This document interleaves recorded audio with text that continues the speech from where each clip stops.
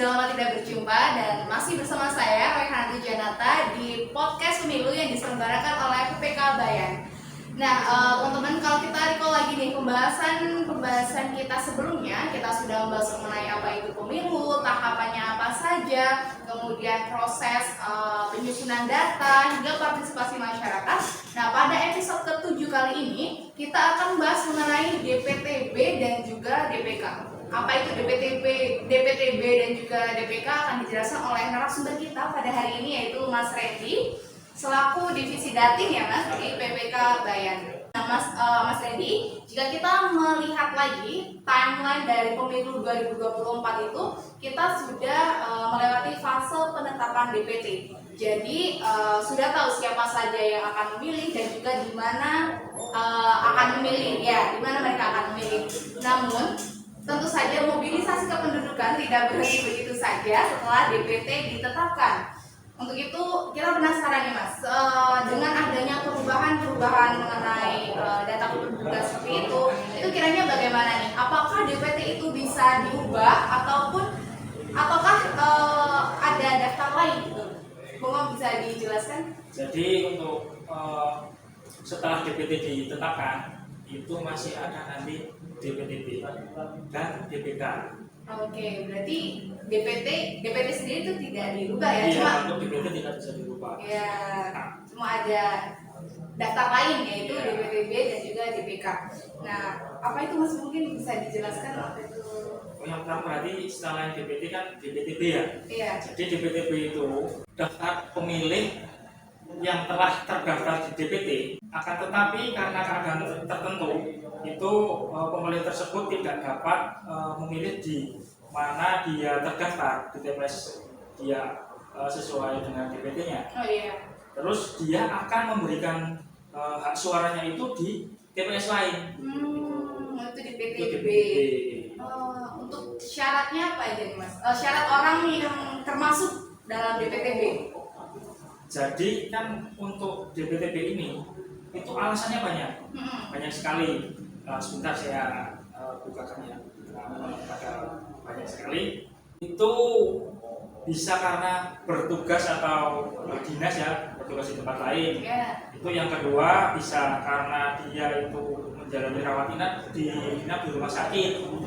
Terus misal ada tertimpa bencana, berikutnya menjadi tahanan rutan atau lapas. Terus penyandang disabilitas yang dirawat di panti asuhan atau panti sosial. Berikutnya menjalani rehabilitasi narkoba. Dan ada lagi bekerja di luar domisili. Berikutnya lagi menjalani tugas belajar atau menempuh pendidikan. Terus yang berikutnya lagi pindah domisili. Jadi alasannya itu banyak ya. Oke, berarti tadi ya ada orang yang mungkin tiba-tiba ada perjalanan dinas, kemudian tiba-tiba mau pindah domisili, itu jika mereka pindah maka masuknya jadi DPTB ya. Kemudian sebenarnya syarat yang dibutuhkan buat kita menjadi DPTB itu apa aja Mas? Ataukah kita sudah otomatis? Kan kalau otomatis mungkin tugas penyelenggara pemilu juga nggak bisa langsung tahu bahwa dia pindah gitu. Cuma mungkin mesti lapor atau bagaimana nih Mas? Itu jadi syarat menjadi untuk membuat DPTB itu yang bersangkutan itu nanti yang jelas datang ke PPS dengan membawa data dukung yaitu KTP atau KK dan disertai dengan data dukung alasan beliaunya itu mau pindah memilih karena apa? Yang tadi sudah disebutkan kan banyak. Nah itu alasan itu misal bertugas di tempat lain atau menjalani dinas luar kota misal seperti itu. Nanti data dukungnya ada surat perjalanan dinas dia yang ditandatangani dan dicap basah oleh instansinya. Oh iya, bahwa untuk menerangkan bahwa dia benar-benar melakukan perjalanan dinas sehingga dia masuknya ke DPTB. Terus kalau yang di rumah sakit bisa nanti surat dia di rumah sakitnya, rawat inap di rumah sakit. Gitu ya. Berikutnya yang bencana alam bisa keterangan dari BPBD atau dari sumber berita pun bisa. Berikutnya tahanan rutan itu surat dari urutannya.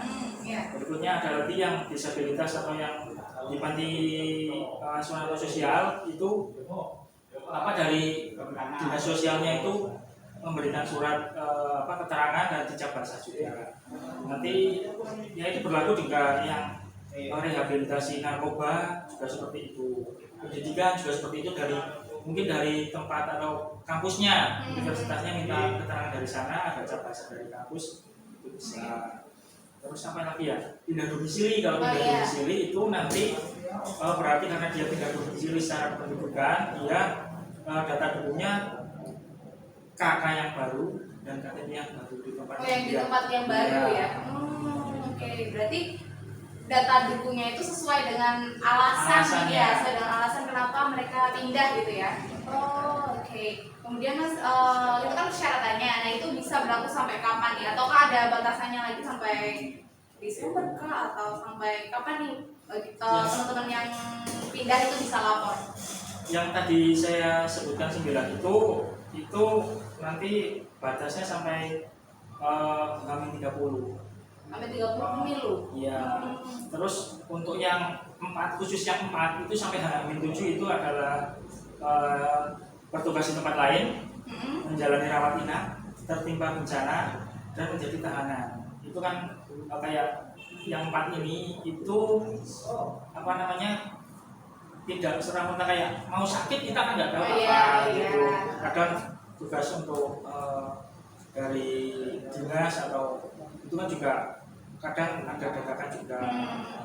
Bencana alam juga kita nggak tahu seperti itu, ataupun menjadi tahanan yang kita tahu yang dari tahanan lapas.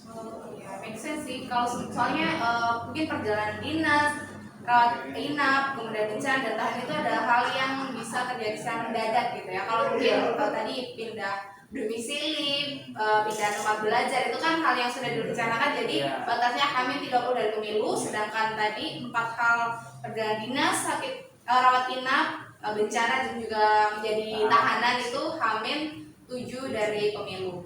Oke, kemudian apakah nantinya surat suara yang didapatkan itu berbeda? Untuk yang pemilu kali ini sedikit berbeda dengan pemilu yang sebelumnya. Jadi untuk khusus alasan pindah domisili itu karena nantinya dia pindah domisili dan akan mengurus kependudukan di tempat yang baru. Jadi kan KK sama KTP kan update. Di tempat alamat yang baru. Nah, khusus yang alasan pindah domisili itu nanti hak pilihnya bisa full sesuai dengan tempat yang ditinggali yang baru. Oke, berarti bisa pilih DPD setempat ya? Komplit 5 ya? Oke, karena nantinya dia juga akan tinggal di situ terus gitu. Tapi kalau yang tadi alasannya selain pindah domisili itu hak pilihnya menyesuaikan dapilnya dari mana? Dapil rapi. Oke. Gitu. Kemudian Mas tadi sudah ada bahasan juga mengenai DPK. Apakah beda nih DPTB dan juga DPK? Berbeda. DPK itu di mana daftar pemilih atau orangnya itu belum terdaftar di DPT maupun di DPTB. Tapi beliaunya sudah mempunyai identitas pendudukan seperti itu. Jadi KPU ini masih memberi ruang di mana pemilih atau calon pemilih ini bagi warga yang belum terdaftar di DPT maupun DPTB itu masih punya kesempatan untuk memilih. Jadi nanti kategorinya yang ini DPK. Gitu. Untuk waktu memilihnya itu nanti dari jam 12 siang sampai jam 1 siang.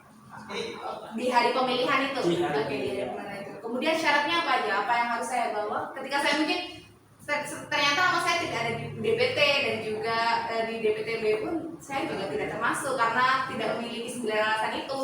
Kemudian saya menjadi DPK. Nah, apa yang harus saya bawa ketika nanti jam 12 siang saya pergi ke TPS? Cukup membawa identitas kependudukan saja. KTP. Iya, KTP saja. Kalau misalkan KTP-nya itu belum jadi, bawa kakaknya juga bisa. Oke,